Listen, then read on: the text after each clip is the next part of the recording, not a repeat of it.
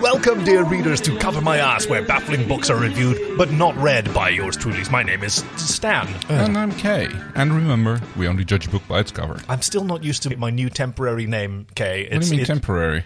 Okay, so to catch the readers up on the unnecessary lore that sprang up about this literary podcast, I'm currently in the running for mayorship of a little village that I've built out of books in your library. Libraton. Librorium. Oh, right, yes. And because there was some issues with the ballots and like the raccoons put their names in and they're all called Stan. It got confusing and it seemed politically optimal for me to rename myself Stan, but obviously I'm still khaki on the inside and I still want to be khaki once more. So I was going to say, are you relinquishing your claim to the mayoral election? No, but I do hope that this is a temporary thing until I'm Mayor Stan and then I can rename myself Mayor Khaki and then everything will work out fine. Okay. It's not as if it's a very legalistic process. You have proposed that the current confusion around the winner of the election between myself and the trifecta of raccoons, known as Tristan, be solved through trial by combat. Yes, I still think it's a fantastic idea. I'm glad you think so, because I'm going to need you to coach me. Oh, okay. Now, I thought you were going to say you'd already built a fighting pit. That's usually your modus operandi. Yes.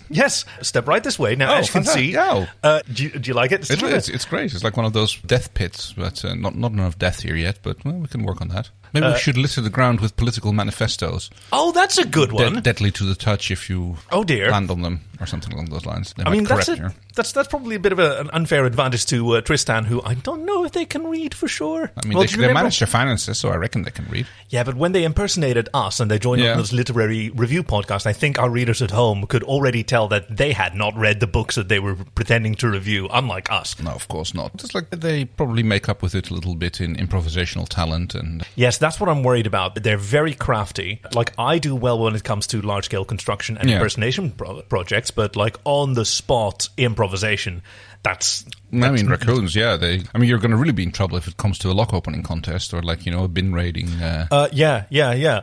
So how am I going to win this, Kay? I nominated you as my coach. Yeah. So what are the rules for the match going to be? So well, to the death seems a bit excessive. Yeah, a lot of work, primarily. A lot of work that I don't think either party are really into. Afterwards. Yeah, which they probably don't want to do.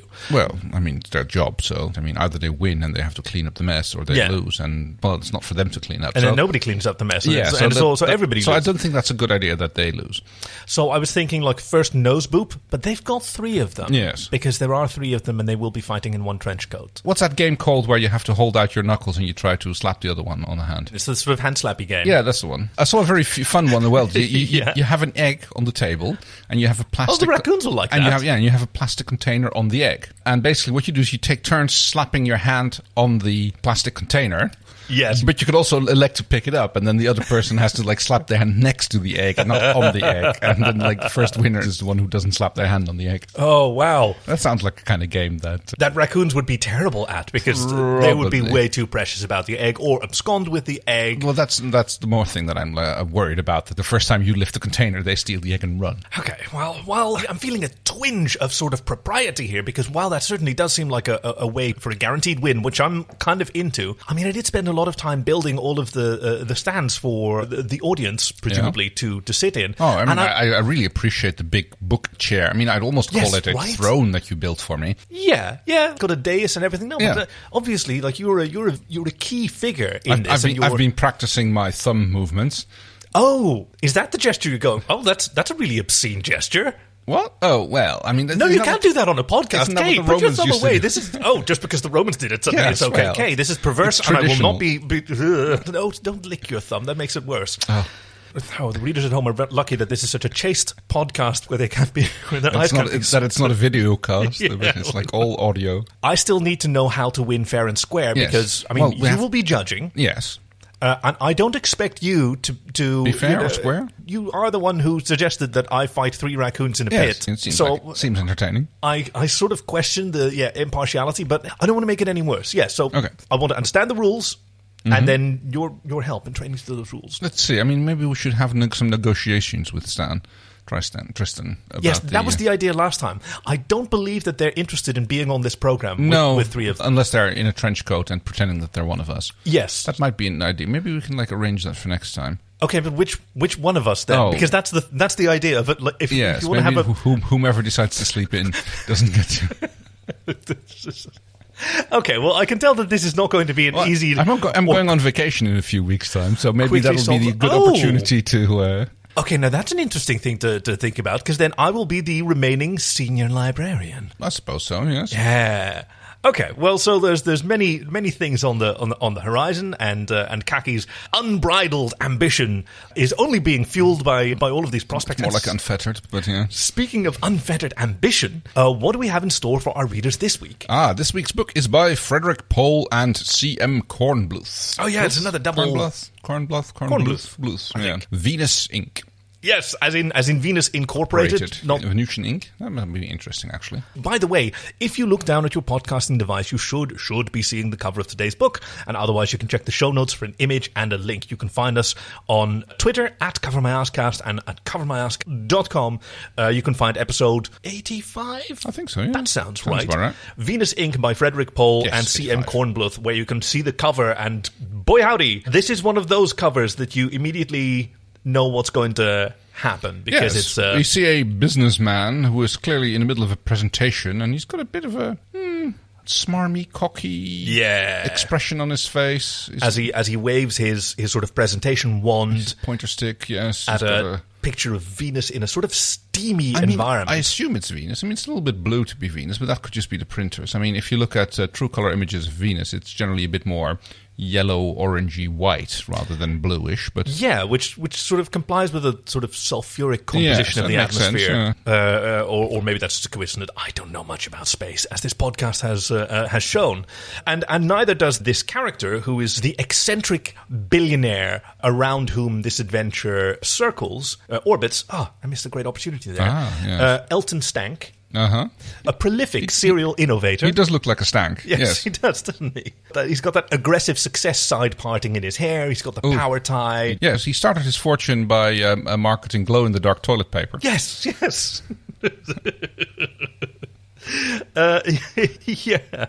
And his current venture is a private space organization called SpaceWhy, which is also their slogan, Space. Why? That seems a bit of a weird slogan for a company promoting going into space. I mean, yes. SpaceWhy is like because we can is usually the not because it's easy, because it's hard, to quote Kennedy.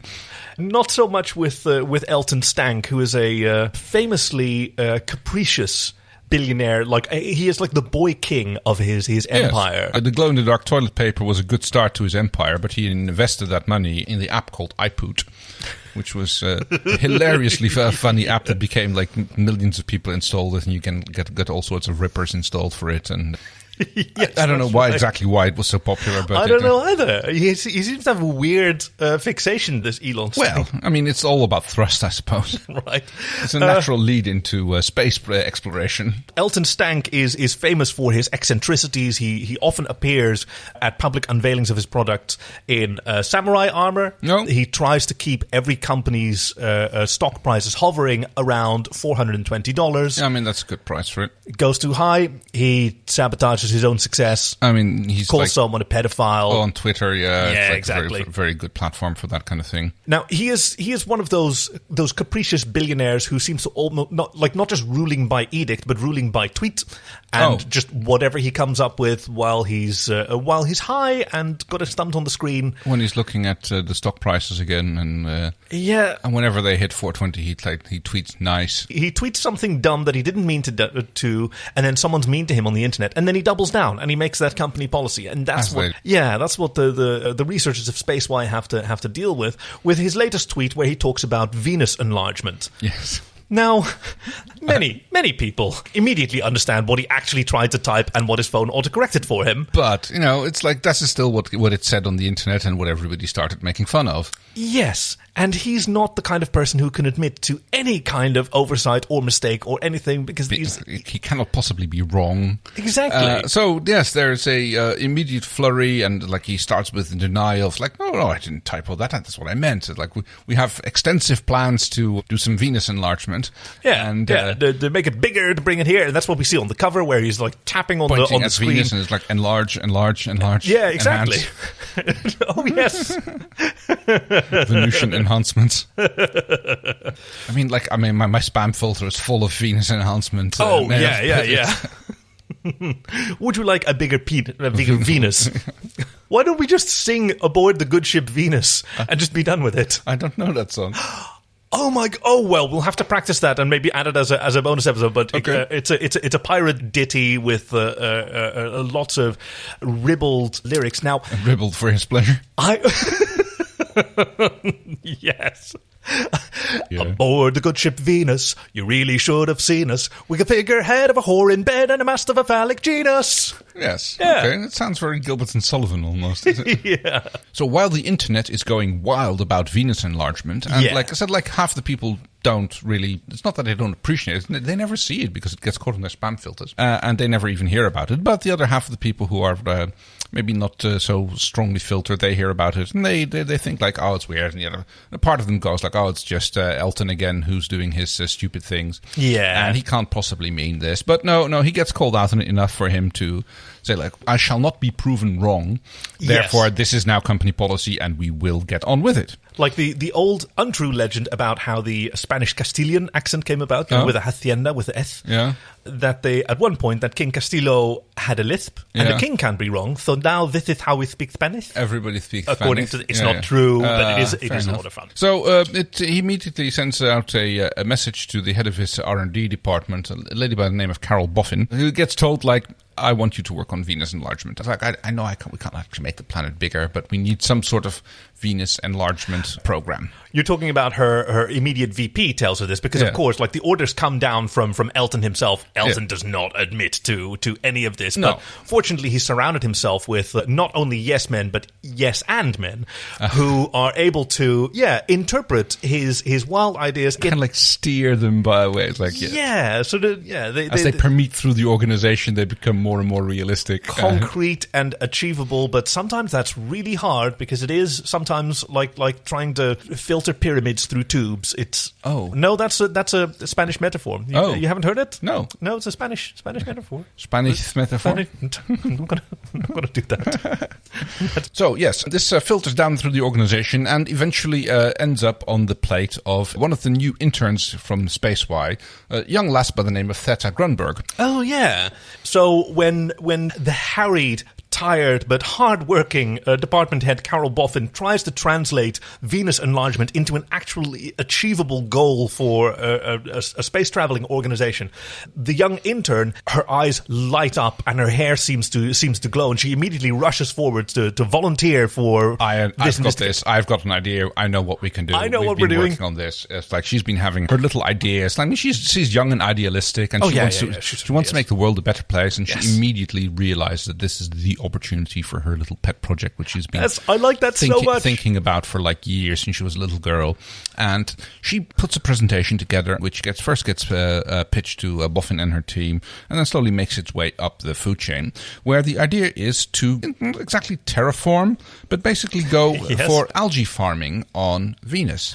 Yes. It's very moist atmosphere, very warm. Basically, the idea is we're going to seed the Venusian atmosphere with algae, which are going to be floating around and which we're going to harvest. I thought that was so brilliant because, what do we know about Venus? I mean, everything we know about Venus from actual samples comes from the Russian Venusian program. There were no samples, but the Russians actually managed to land a few probes on Venus. Not return, but they took atmospheric samples, they did detection, and they did actually manage to land some craft. And they had a horrible time even taking photos and pictures because they had like a big problem with lens caps not coming off.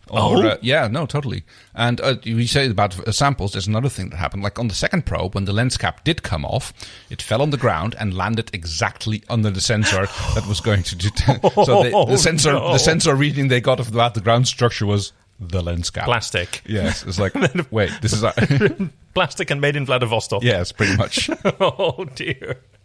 But yeah, like the atmosphere is thick as soup. It's also terribly hot. Like Venus syndrome, I believe, is the name of like runaway greenhouse effect. Oh yes, it's a thing that's like probably is happening right now with the amount of methane getting released out of the permafrost in Siberia, and like, oh god.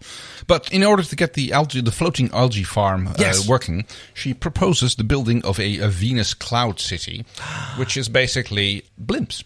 Yes. That's the thing is, like, Venus on the ground is super hot and super high pressure and everything.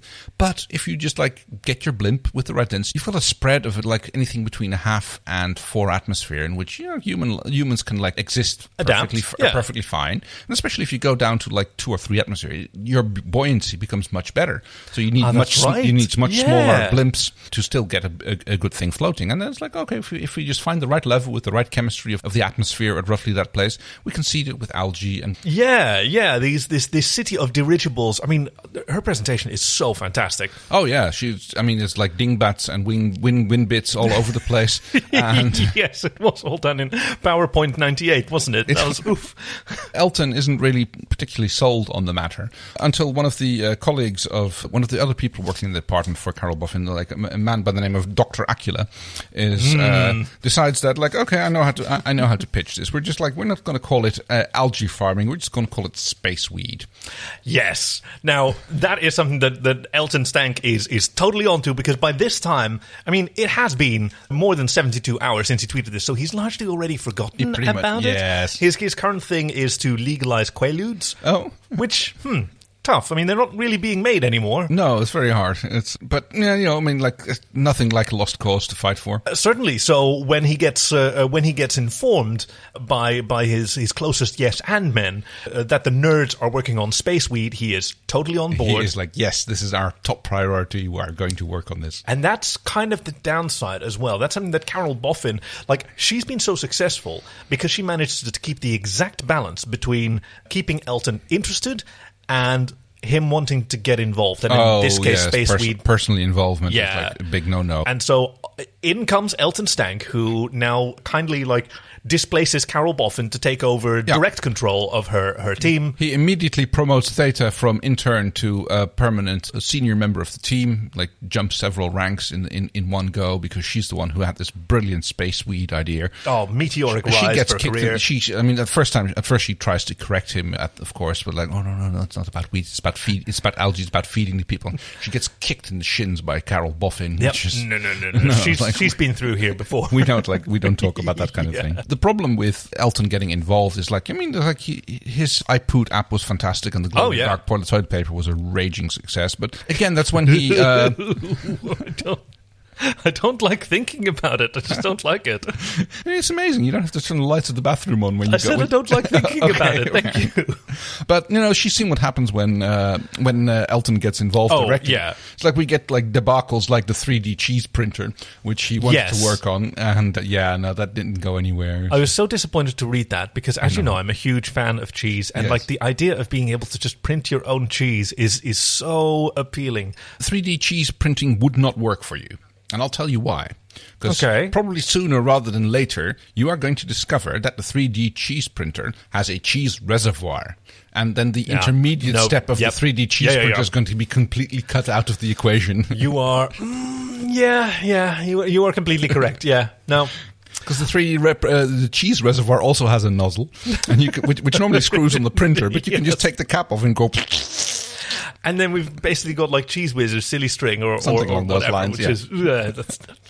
See, Kay, this is why I need you as a coach. You're my Carol Boffin you're the Carol Boffin to my Theta Stank. I know your weaknesses. Yes, exactly. So you can help me like build them up and much in the way that Carol has taken on a role as Theta's a coach. I mean, she had every right to be upset about being ousted from her team, right? But she wanted to like stay on board and coach Theta to do better than she did, to succeed in this. And she's nothing if not practical. She knows Elton, and she knows he's capricious and he'll go away again at some point. Yeah, but Theta is young and ambitious, and she thinks she knows best. Of course. I mean, you need a certain amount of idealism in your life. Oh, yeah. Before you get like blunted down and become the only people who change practical. The world are the ones dumb enough to think that they can. Yes, very true. And that's our Theta. And sometimes that works. And sometimes they just get ground down by reality and usually by forces greater than them, such as Elon Stank. However, in this case, she has great success initially. Like the support that Elon is able to personally provide within the company means that she can marshal truly staggering resources, getting a spacecraft outfitted, kitted together, plans for an orbital space station. Well, Yeah, SpaceWhy has been like launching lots of rockets into space, and they're working on like the next step. And the problem with international interplanetary space travel is getting from international space travel has always also been difficult. Well, international space programs have been tricky. I mean, it's a few successes. I mean, like it started off with the Apollo Mir project. No, that was Salyut still at the time, but yeah. And then, of course, the space shuttle visited the Mir station a few times. Yeah, which the remnants of it, which are still visible on the International Space Station right now. Of that visit? The technology. So you have the International Standard Docking Adapter, the exact name. The docking collar. The ISO standard one that is currently being used by SpaceX and will be used by Boeing if they ever make it up there, is basically burn. is basically a direct descendant of the one that was built specifically for the shuttle to be able to dock with. For the shuttle. And it was like it's specifically a non-gendered connector. Because then that wouldn't put one of the parties as the penetrating one and the receiving part. Gravy. I kid you not. That is literally... wow. So the story fast forwards to... a few years later, when Theta is working hard on the transportations between Earth and Venus. And the problem with space travel is that you have, like, generally speaking, the most efficient way to get from one orbit to another is what's called a Hohmann transfer orbit. It's like yes. All of our readers know exactly what that is. No need to explain at all. All right. I'll skip over it then. However, there is another way of going from one place to the other in the solar system, which is called the Interplanetary Transport Network. Because basically what happens is once you arrive at a Lagrange point, especially the Sol-Earth one is a very good one for that, which, for the readers at home, is a point where the gravitational pull of two bodies in space nullify each other, and you can sort of hover there. You can orbit a place which doesn't have... And an orbit is when the gravitational pull is such that the vector of a body is bent around it repeatedly. Right. Yeah. Except in this case, there is no such body in that place, but you can still orbit around it, which is what makes it weird. But the idea is because everything is so soft and weak there, you will eventually drift away from these places because they're not stable, and you will drift into another orbit. And you can use that to get from one place in the solar system to any other place, because you will eventually end up in orbit, because it's very cheap to get to that place, but it's also very cheap to get from that into a new orbit. However, these are extremely slow orbits, so it might take you 1,000 years to get from Earth to Jupiter. You'll get there almost for free, but you will get there. So in terms of thrust energy required to transfer from one point to another. Now she's working on this. She's trying to have mechanics are so weird. Work this out. Oh yeah, it's insane. And you've got the other thing, which are called pork chop plots. Okay. Now so this is going to be a new fun game where you tell me three space things, and one of them is made up, and I'm just going to have to guess. So we have the Hohmann transfer, we have the Interplanetary Transport Network, and now we have the pork chop plot. Yes. Yeah, but those tend to work for Hohmann transfer orbits. So Theta is working on the what they call the soy chop plot, which is the kind of like the vegetarian version that they're using for the Interplanetary Transport Network to get a good way going from. At this point, Elton Stank, much like I've got to say myself, sort of deglazes his eyes and he goes, "Oh, okay, no, I can relate to this again." Yes. He's back on soy. Yeah, no, that's fine. That's firm terra soil, no, firm Terran soy. I mean, it's a truly brilliant innovation, but as Carol warned Theta, who is now even more harried because Theta just continues not to listen to her great advice, her presentation is too long and too detailed. And while the end result, Theta did very, very cunningly manage to bring it back around to the soy chop plot, which Elton was interested in. But during the time that she was waffling on about whatever the fuck Hohmann transfers are in the interplanetary network, his mind was wandering, and when Elton's mind wanders, he tweets. Oh, yes. And in this case... His thumbs start twitching, like whether or not he's holding a phone or not. And while she's explaining that she's finally solved it and we actually know when we can go, and even you, sir, can actually go to the Venusian station, we can all go together, he has just tweeted that he believes helmets are fascist. And therefore, there can be no helmets on this entire space program. Which is going to make things difficult. That is a problem that Theta realizes. And Carol just sort of looks at her and...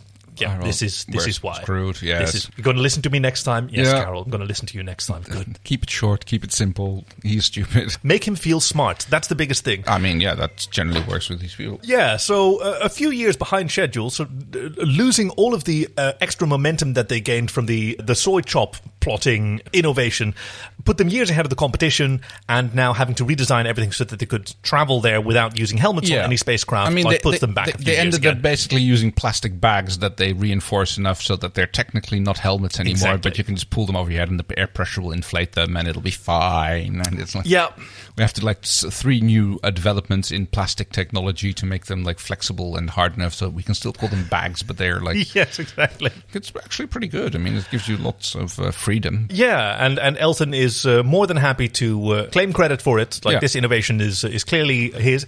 Although the parent organizations aren't very happy about it because the amount of kids who start pulling just regular plastic bags over their heads in order to be astronauts. Oh, God. Oh, no. Oh, that's a terrible idea. Almost as bad, but with a far lower human cost, is his next tweet that Lightspeed is a hoax perpetrated by China to make the American space program slower. This does lead to some really interesting techniques for reducing signal lag. Which I still don't understand how you can actually do that. It's remarkable, isn't it? It's kind of gravitational lensing. But I guess this is where the book strays from science fact into science fantasy.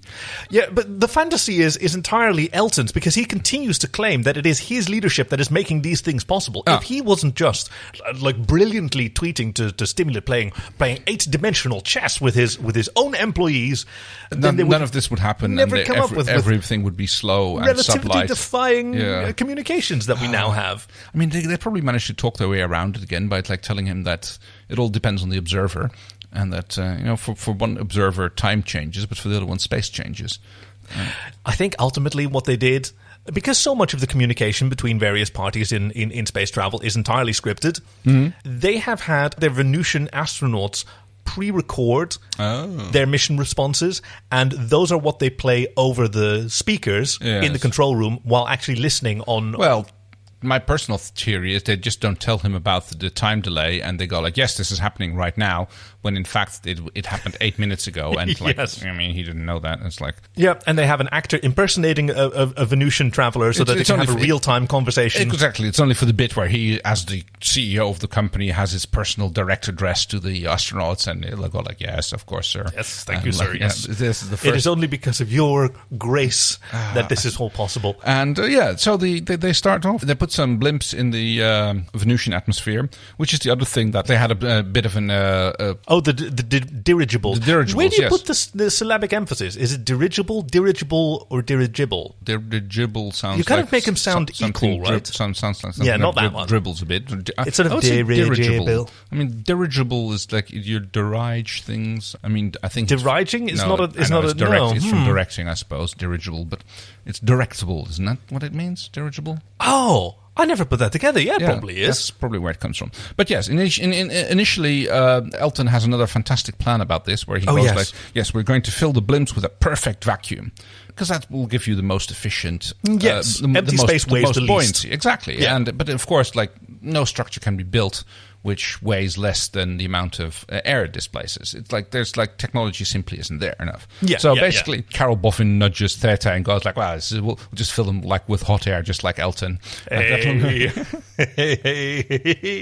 As usual. And especially if you up the ambient pressure by 2 or 3 atmosphere, then it becomes much easier to get shit floating around. Yeah, this was another one of his famous tweets that he didn't back down from, where he just sort of fell asleep mid-tweet, where he was talking about, despite the negative pressure and whatever. So we have developed the Kofefe system, and it does indeed produce perfect vacuum. Negative buoyancy doesn't sound good. Well, it's better than vacuous, which is, I think, the technical term. Well, that certainly describes Elton. There we go. But yes, the other thing that they have when they get the algae farm started is the floating manatees, which are basically engineered manatees so that they have an air swim bladder so they can float around in the Venusian atmosphere. Oh, they were having such a good time. Kind of harvest and it's mostly to stop the algae from spreading into the layers where they're not supposed to go. They have the manatees floating around and kind of munching on the algae as they get away from the areas where they're supposed to be growing. Oh, it's so brilliant. It's all in the care of leave nothing behind except your footprints, and they want to make sure that not all of Venus gets flooded by the algae, because that would destroy the Venusian ecosystem as it is. It would create the opposite of a hothouse effect and cool the planet down, which would stop it from being useful in this particular regard. She's so responsible, this she Theta. Is. She really thinks of those things. Unfortunately, it is around this time that Elton gets a new girlfriend. Or I say gets a new girlfriend. It's more that one of his other bioreplication programs comes to fruition, and he introduces to the world his new love of his life and partner in business, Yoko Klono, who, her ideas are even worse. They have no way to control them. He starts tweeting that they want to nuke Venus and that a miniature submarine to put pedophiles in. He becomes really concerned with ghosts, and ultimately he decides to write off Venus Inc. as a debt mule. Mules, manatees, what does he know? A Venusian death manatee, that's right. Unfortunately, the project comes a bit to a halt when they see a blimp on the radar, but it just turns out to be a huge manatee, which... Oh, God, Kay. This whole time? All of this, for that? A blimp on the radar, but it's just a huge manatee.